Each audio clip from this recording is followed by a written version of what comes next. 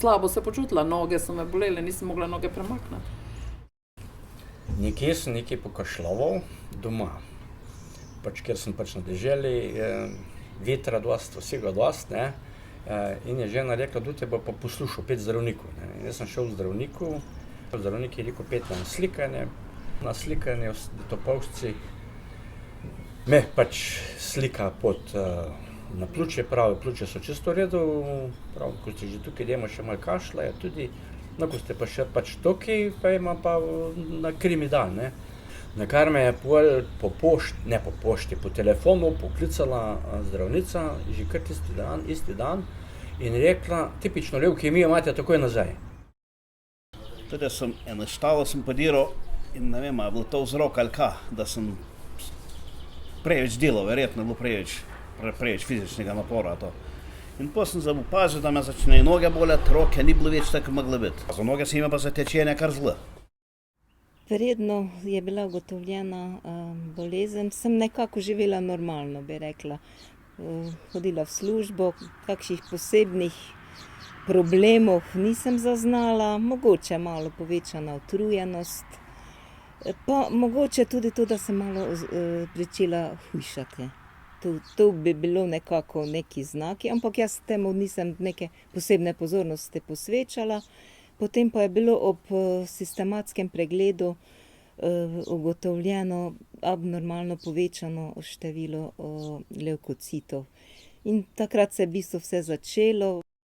Ko so mi odkrili bolezen, sem bila študentka in pravzaprav edina stvar, ki me je takrat uverala, je bila zelo huda bolečina v trebuhu.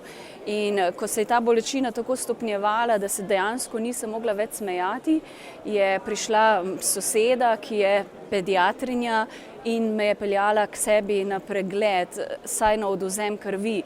Takrat se je izkazalo, da je krvna slika precej napačna in isti dan so me sprejeli na hematološki oddelek kliničnega centra. Po nekaj dneh, ko se sprašuješ, zakaj te pregledujejo, zakaj si tam, sem prišla do zdravnika. Nikoli ne bom pozabila trenutka, ko sva sedela v njegovi pisarni, zunaj je bilo sonce, ko je rekel, imate levkemijo, možnosti niso dobre, ampak ne vrzite puške v koruzo.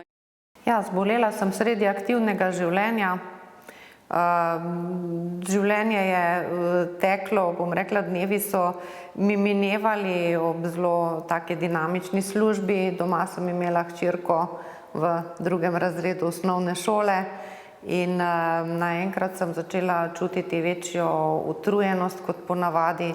Utekale so mi noge in to je bil znak, da nekaj ni v redu.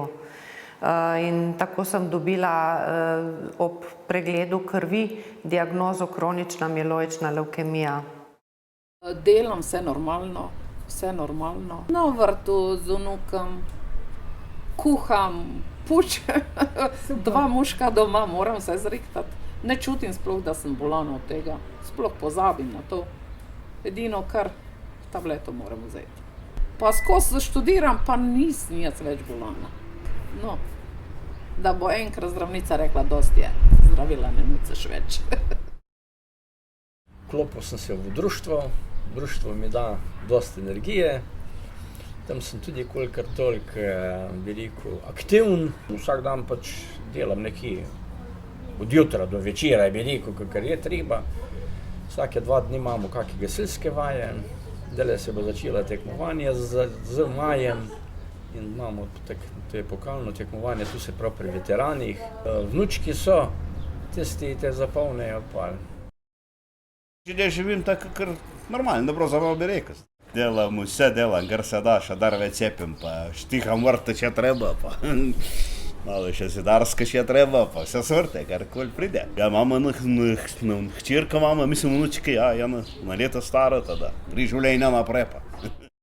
Moje življenje se malo je spremenilo, moram reči, ne, tudi to, da sem nekako tudi drugače začela gledati na življenje, malo, mogoče druge prioritete postavila in probala zaživeti v okviru možnosti.